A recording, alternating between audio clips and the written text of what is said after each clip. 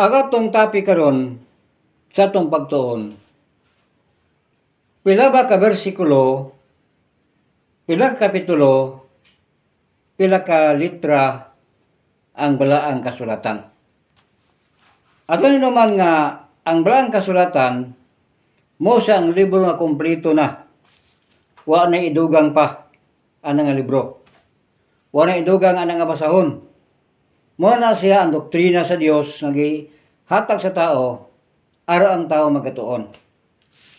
Sa 2 Timoteo kapitulo 3, bersikulo 16-17, ingon San Pablo, ang tibuok kasulatan gituga sa Dios ug may kapuslanan alang sa pagtudlo, alang sa pagtul-id, alang sa pagkamadlong, alang sa pagmatuto sa pagkamatarong.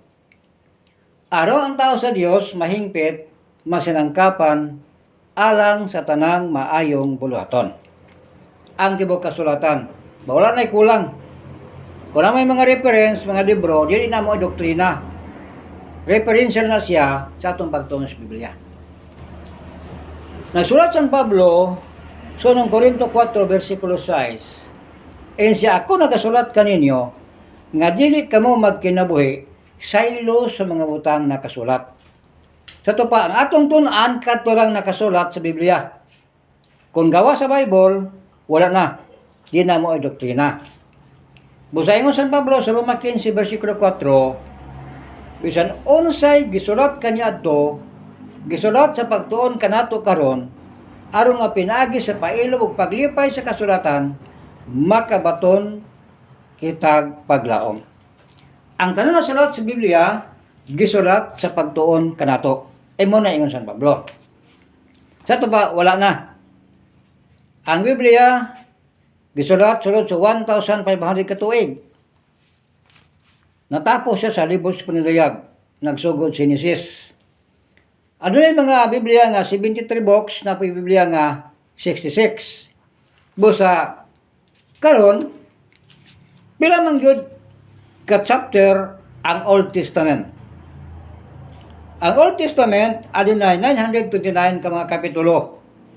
Ang Genesis payon ngadto sa Malakias. Ug aduna siya 23,214 ka mga bersikulo. Ug aduna siya 592,459 ka mga words kung mga pulong.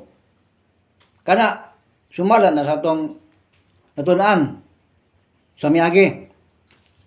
Unya ang New Testament ano 260 ka mga kapitulo, 7,959 ka mga bersikulo, ug adunay 181,253 ka mga words, ka mga pulong ang New Testament. Busa ang total nga kapitulo sa Biblia katong King James Version adunay 1,189 ka mga kapitulo. O ano siya 31,173 ka mga bersikulo.